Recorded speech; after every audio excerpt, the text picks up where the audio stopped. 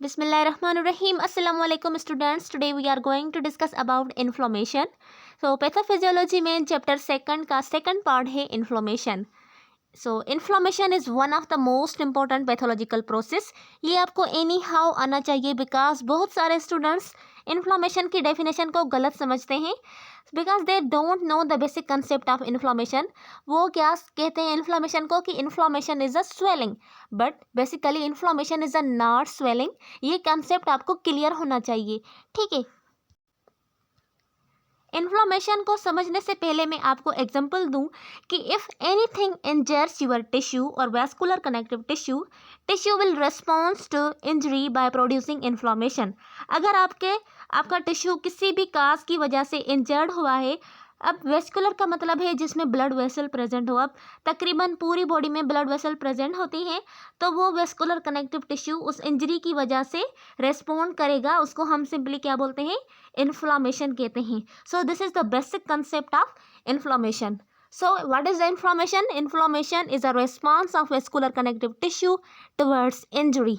ठीक है, तो यहाँ पर डेफिनेशन देखें. इन्फ्लामेशन को हम एक प्रोटेक्टिव रिस्पॉन्स भी बोलते हैं बिकॉज जब इंजरी होती है तो वहाँ पर इन्फ्लामेशन का क्या काम होता है कि वो उस इंजरी का जो काज है उसको रिमूव करे. तो इस इन्फ्लामेशन क्या हो गया, inflammation is a protective response of body to injury and begins healing process by triggering immune system which recognize and remove harmful stimuli.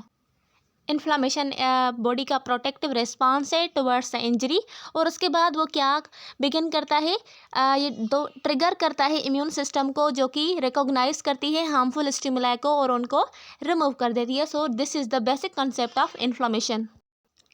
अब इन्फ्लामेशन का कोई भी काज हो सकता है. They can be physical injury और एक्सीडेंट, जिसमें हम बोलते हैं एक्सीडेंट हो जाता है. Chemical injury, it must be trauma, bacteria, virus, fungus और protozoan, and also it may be radiation. So these are the causes of inflammation which cause the process of inflammation. अगर कहीं पर भी इंजरी होगी इन सारे काजेज की वजह से तो वहाँ पर इन्फ्लामेशन मस्ट प्रेजेंट होगा. ठीक है, यहाँ पे एक बात और है कि अगर किसी पार्ट ब्लड वेसल नहीं है, किसी भी पार्ट में अगर ब्लड वेसल नहीं है या वो टिश्यू नॉन वेस्कुलर है तो वहाँ पे इन्फ्लामेशन नहीं होगी. इन्फ्लामेशन होने के लिए टिश्यू का वास्कुलर होना लाजमी है. It may be any tissue of body, for example hepatitis, pancreatitis, gastritis और स्टोमाटाइटिस. अब आइटिस जो लफ्ज़ है वो क्या शो करता है, इन्फ्लामेशन, किसी भी चीज़ का इन्फ्लामेशन हो जाना. तो ये सारे जो ऑर्गन है इसमें क्या है, ब्लड वेसल प्रेजेंट होती हैं. These are the vascular tissue और वास्कुलर ऑर्गन्स. सो जो भी वास्कुलर होगा तो वहाँ पर इन्फ्लामेशन ज़रूर होगी. सो ये वो सारे काजेस थे जो कि क्या काज करते हैं, इन्फ्लामेशन को काज करते हैं. ठीक है, तो अब हम आगे चलें कि what is the purpose of inflammation. Inflammation का क्या पर्पज़ है. जब इन्फ्लामेशन होता है तो वो सबसे पहले जो उसका मेन पर्पज़ है वो क्या करता है, it brings more blood at a focus of injury. अब अगर किसी भी जगह पर हमें इंजरी हुई है तो उस इंजरी की एरिया या फिर उस जगह पर हमारा इन्फ्लामेशन प्रोसेस क्या करेगा, वहाँ पर बहुत ज़्यादा ब्लड लेकर आएगा. And number second is it bring more defence mechanism. अब ब्लड में क्या प्रेजेंट होता है, ब्लड में डिफेंस मैकेनिज्म प्रेजेंट होता है जिसको हम सिंपली इम्यून सिस्टम बोलते हैं. तो there must be lymphocytes, there must be plasma protein, leucocytes. So they all are present at the focus of injury. इन सबको इन्फ्लामेशन क्या करेगा, इंजरी की जगह पर ले आएगा इन सबको. ठीक है, तो ये जो सारे प्लाज्मा प्रोटीन और लिम्फोसाइट और ल्यूकोसाइट या फिर ब्लड है वो क्या करेंगे, फोकस ऑफ इंजरी पर आकर ये सारे उस काज को रिमूव करेंगे जिसकी वजह से इंजरी हुई है. So it remove the cause of injury और इट न्यूट्रलाइज और wall of the cause of injury. अब इंजरी के रिजल्ट में अगर डेड सेल प्रेजेंट हुए हैं तो उन डेड सेल्स का भी ये क्या करेगा, रिपेयर करेगा और उनको रिमूव करेगा. अगर कोई भी टिश्यू या फिर सेल में डैमेज हुआ है और डैमेज की वजह से डेड सेल्स प्रेजेंट हुए हैं या डेड सेल बने हैं तो उन डेड सेल को भी ये क्या करेगा, वॉश आउट करेगा, उनको रिमूव करेगा. सो this is the main purpose of inflammation. What is inflammation? It bring more blood, it bring more defence mechanism and it remove the cause of injury and dead cells which was made from the tissue injury. ठीक है, तो clear हो गया concept purpose of inflammation. सो अब मैं आपको ये diagram दिखाऊं कि डायग्राम में कैसे जो इन्फ्लेमेशन है वो रिस्पॉन्ड कर रहा है इंजरी के लिए। सो सबसे पहले भी आप ऊपर देख लें कि हैंड पर क्या हुई है, इंजरी हुई है। ये किसी भी किस्म का ये कील लगा है इसके थंब में, तो इसको हम सिंपली इंजरी बोलेंगे।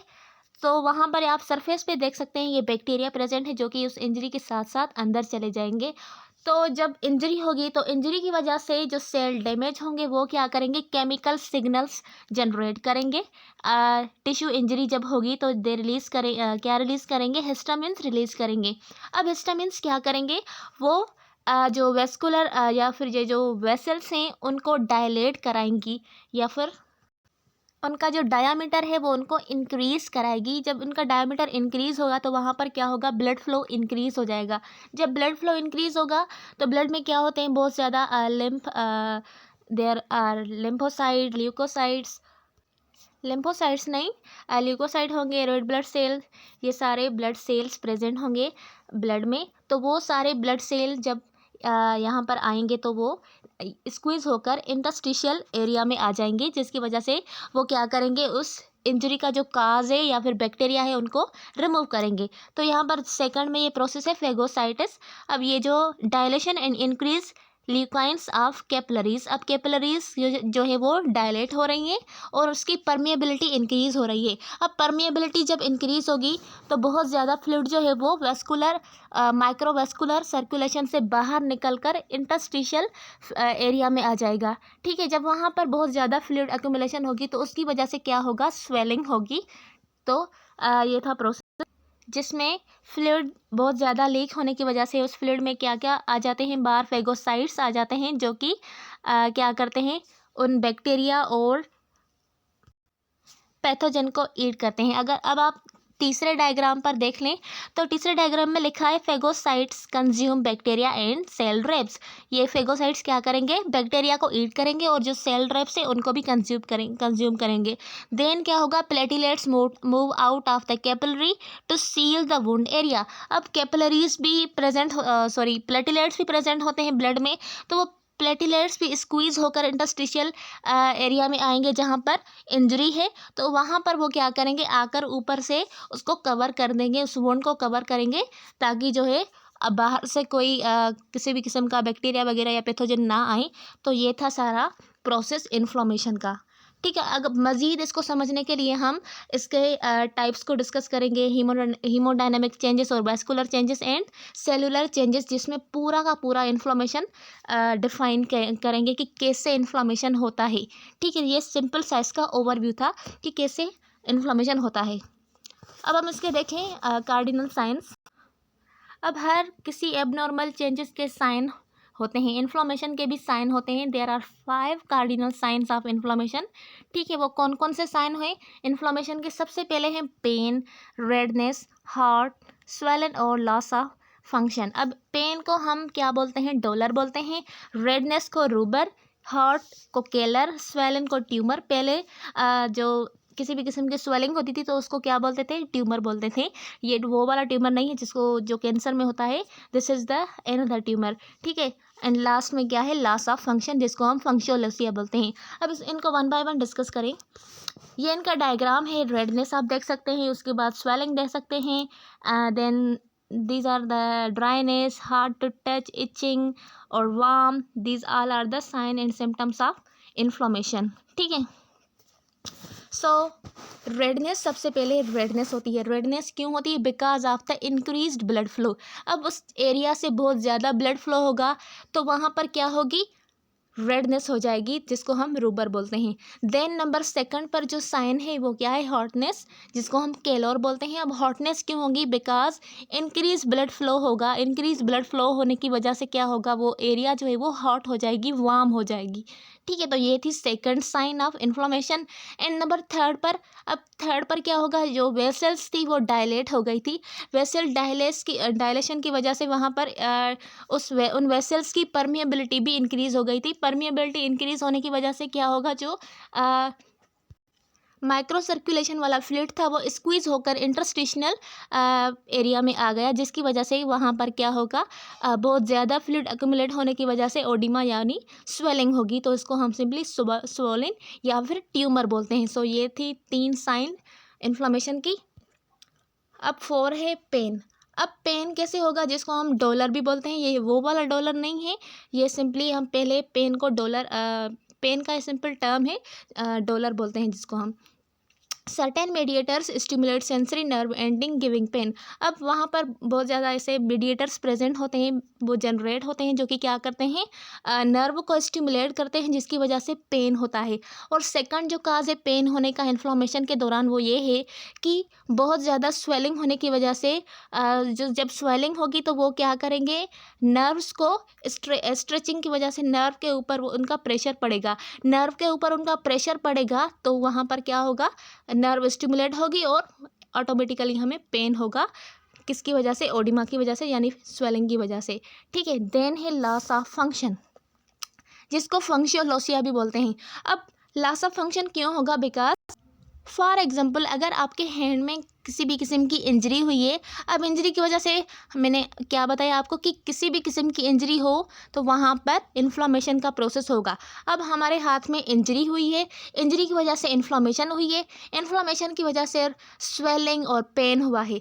ठीक है। अगर आपका हाथ सूज गया है और उसमें बहुत ज़्यादा दर्द है, तो क्या आप चाहोगे कि उस हाथ से आप काम करें? हरगिज़ नहीं चाहेंगे आप कि आप उस हाथ से काम करें। तो पेन एंड स्वेलिंग काज करती है लॉस ऑफ फंक्शन।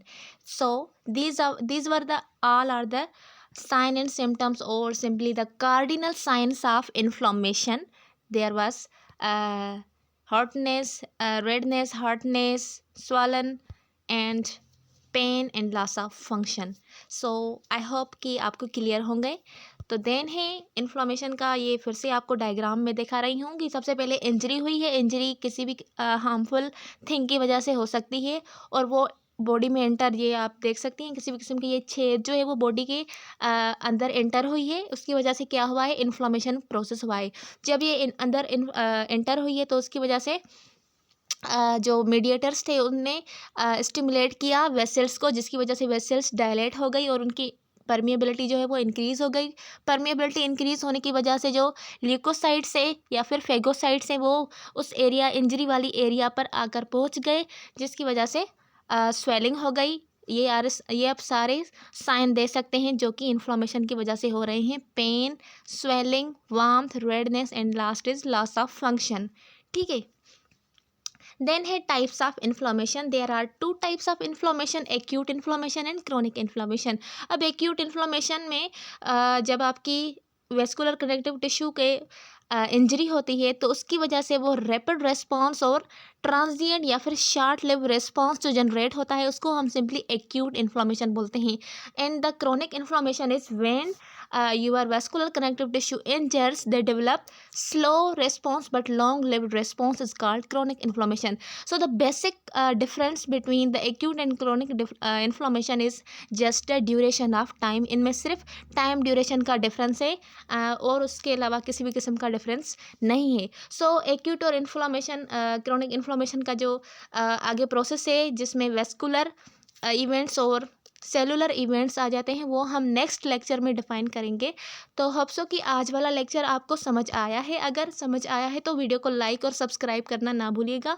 मिलते हैं अगले वीडियो में, तब तक के लिए अल्लाह हाफिज़। अपना बहुत ज़्यादा ख्याल रखना।